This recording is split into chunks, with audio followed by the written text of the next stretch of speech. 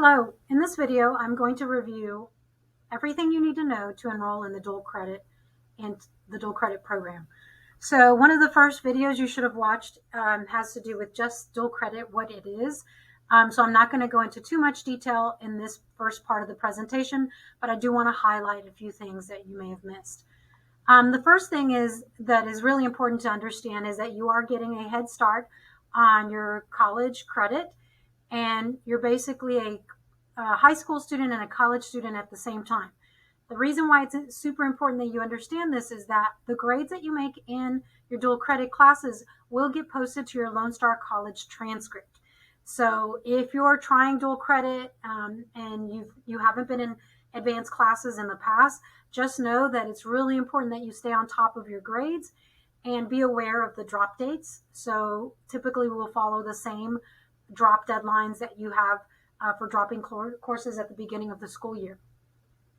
The other thing that's important to note is that dual credit does cost money. So most sophomores who are looking to start dual credit next year as a junior typically will take an English dual credit class and maybe U.S. history dual credit. So for example, if you're planning to take English 3 dual credit, it is considered a one semester course for the college. It's considered 3 credit hours. And in the fall, you'll be paying $78. And then if you're planning to take U.S. history, for example, then it will cost you $156. So even though the prices can get pretty expensive the more classes you take, keep in mind that you are definitely saving a lot of money compared to what it would cost even just to go to Lone Star College.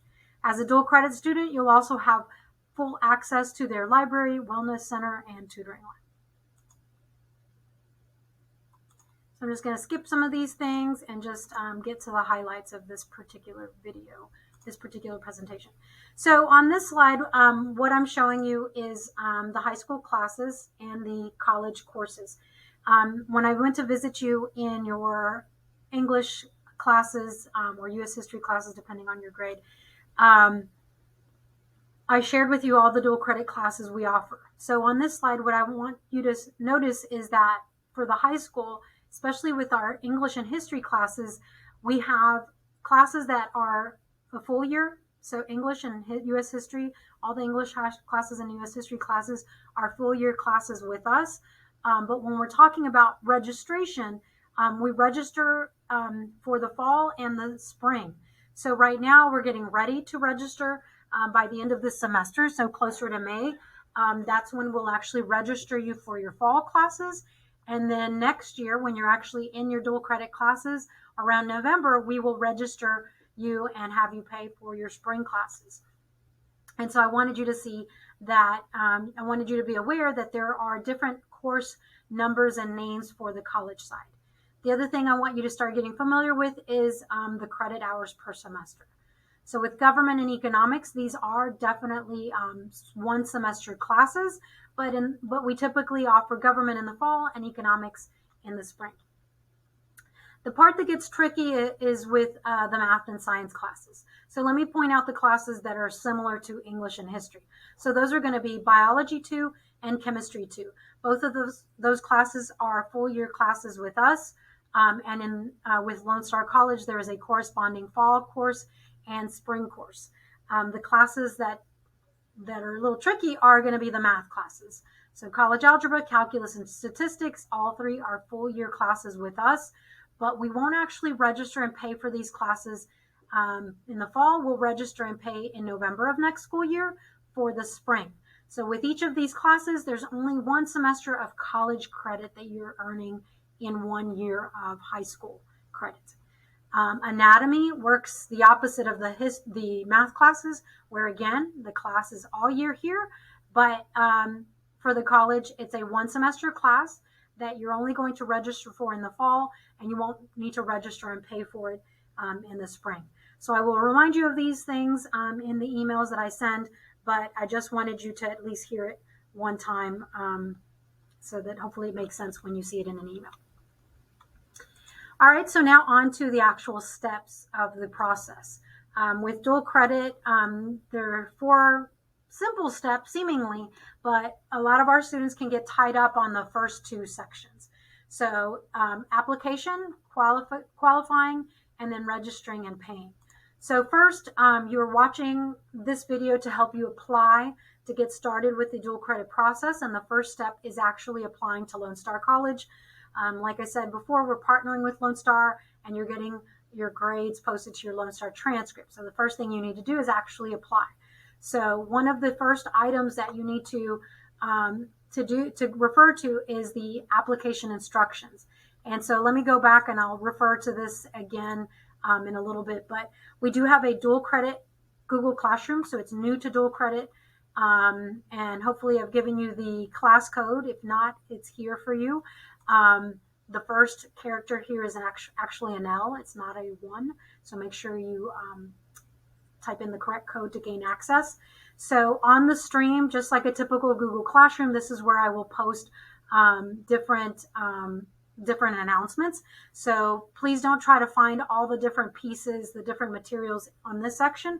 I really encourage you to check out the classwork section. This is where you'll have access to all the forms, the different charts and things like that.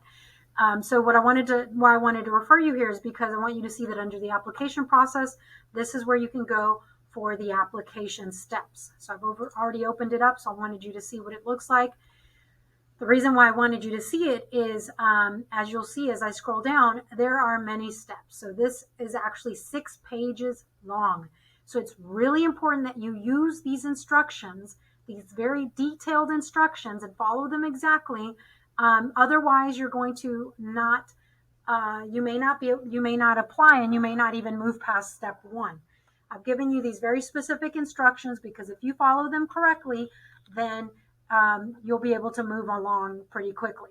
But the one thing that a lot of students are messing up on, and this is on page, let's see, it's probably the 5th or 6th page, is the submission part. A lot of students will start at the very beginning and go through all these steps pretty easily, but then they get hung up on the last page, which is not submitting the application. So it's super important that if you did everything correctly, you'll see confetti. So, it's basically like a little celebration. Yay, you applied. So that's the one big thing. The other thing I probably shouldn't have skipped down to, the first step you can get hung up on is thinking that just by creating an account with Apply Texas and you're done.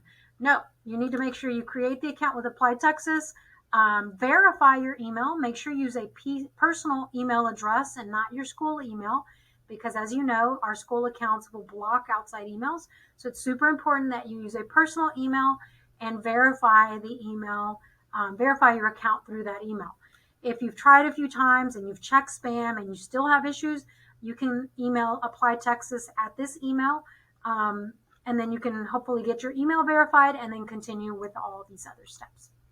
So again, that's just step 1. So by the end of it, if you follow the instructions correctly, you'll get a final email that is the most important out of all the emails you'll receive, and that's the welcome email from Lone Star College saying welcome, and it'll have your Lone Star College ID number. This is the first thing that you need in step 1. On this slide, you'll also see that I've made mention, and I'll continue to mention this because I get students, they're always asking me this. Lone Star may actually call you. They may send you reminders saying, hey, you didn't submit your bacterial meningitis. Hey, you need to submit your transcript, or you need to attend new student orientation. No, you do not need to do any of those steps. Disregard all the phone calls, all the emails you get from Lone Star College. I'm sorry about that. I know you'll, and if they sound like they're for dual credit, let me know, and I'll try to decipher through all that, because they'll do things that sometimes they won't tell us exactly what they're doing. So just know, in general, you will not have to do any of these things to continue with dual credit. So once you get that welcome email, in the email, it's going to also ask you to set up your Lone Star account. So it's called my.lonestar.edu. You're going to click Get Username, click Reset Password, and set up your security questions to refer to when you need to log back in. So the My Lone Star account is actually the account that you're going to use to register I'm sorry, not register, but you're going to use it to pay much later. But it's important that you get this Lone Star account set up. So make sure you make a note of your Lone Star ID, your username and password, and even your Go Apply Texas username and password for future use if you apply to colleges here in Texas later. The pre-assessment activity. This is for students who need to take the TSI. So a lot of you may be watching this after you've taken the TSI. So if you need to do the pre-assessment, I will let you know. So just be aware that that's an activity that needs to be completed before taking the TSI with Lone Star College. But like I said, if you have already taken the TSI, I'll let you know if you need to do this. You've missed all those deadlines. So the first thing that needs to be done, like I said, is you need to apply to Lone Star, get the email, go to the Google Classroom, click on classwork, and then go to the due by February 17th section there to complete a course request form. So on the course request form, you're basically telling me what classes you want to take. You're submitting your Lone Star College ID. By you doing that, then that lets me know that you're serious. And then what I will do is I will review your scores to see if you're eligible. So how you qualify for dual credit, you can use a variety of tests. For our 10th graders, you could use your PSAT scores. Our juniors just tested on March 2nd. You may have tested at other points. So any SATs can be used to qualify, and the ACT as well. 10th graders, you were just given the TSI, so I'll definitely take a look at those scores to see if those qualify you, and then the AccuPlacer may be required for calculus or chemistry. So for juniors who are planning to take the SAT or the ACT at any point this semester, be aware that these are the dates that we can use to qualify you for dual credit. So just in general, for most of our classes, for our dual credit classes, if you have these scores in this box here, you will qualify for almost all classes. The only exceptions are going to be chemistry and calculus. And I'll go over another chart in just a second. So if you have the 460 on the reading and writing on PSAT, 510 on math, same with SAT and each PSAT, SAT, and ACT, you see the scores here. So if you have both of those, you are already qualified for all classes except for chemistry and calculus. So with chemistry and calculus, you can't use PSAT. You will either need to use SAT or ACT or use additional tests on the TSI and the AccuPlacer. So this doesn't apply to many students. We only have a small percentage of students who are interested in these classes. So if you are one of them and you're confused by this, please let me know. I'm happy to walk you through the qualification part. This dual credit placement chart has all the scores needed for all of our classes. It also includes the TSI scores. So the last slide explained all of the PSAT, SAT, etc. scores, but I want you to have a place to look at TSI scores if you're in that category, one of the students who is going to use TSI scores to qualify. So you can use this for your reference. Okay, so PSAT, if we end up using EOC scores, PSAT scores, I already have a chart with those scores. But if you're using SAT or ACT scores, please make sure you send me a copy just so I don't have to go looking for every student who's using SAT. So download a score report from the SAT or the ACT, and Lone Star may require that you send your scores directly to them as well.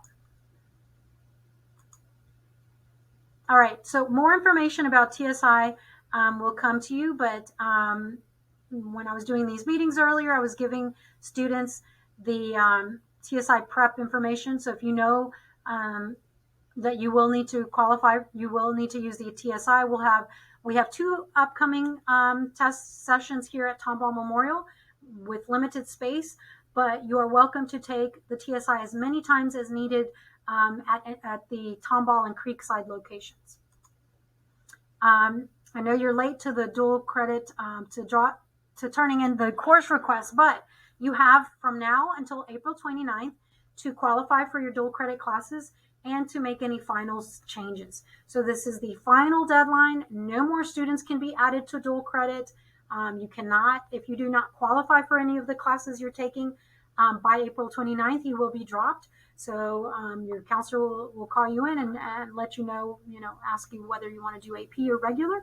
So just know that there are no exceptions. April 29th is our very final deadline to qualify and make course changes for dual credit. So the first deadline was to submit your course requests and Lone Star ID to this form. After you submit this once, you do not need to go to this form again. If you have any changes that you need to make between now and April 29th, you will go into the Google Classroom and go to the Changes Only form. So only use that form if you have any changes to make. I do want to add one other thing.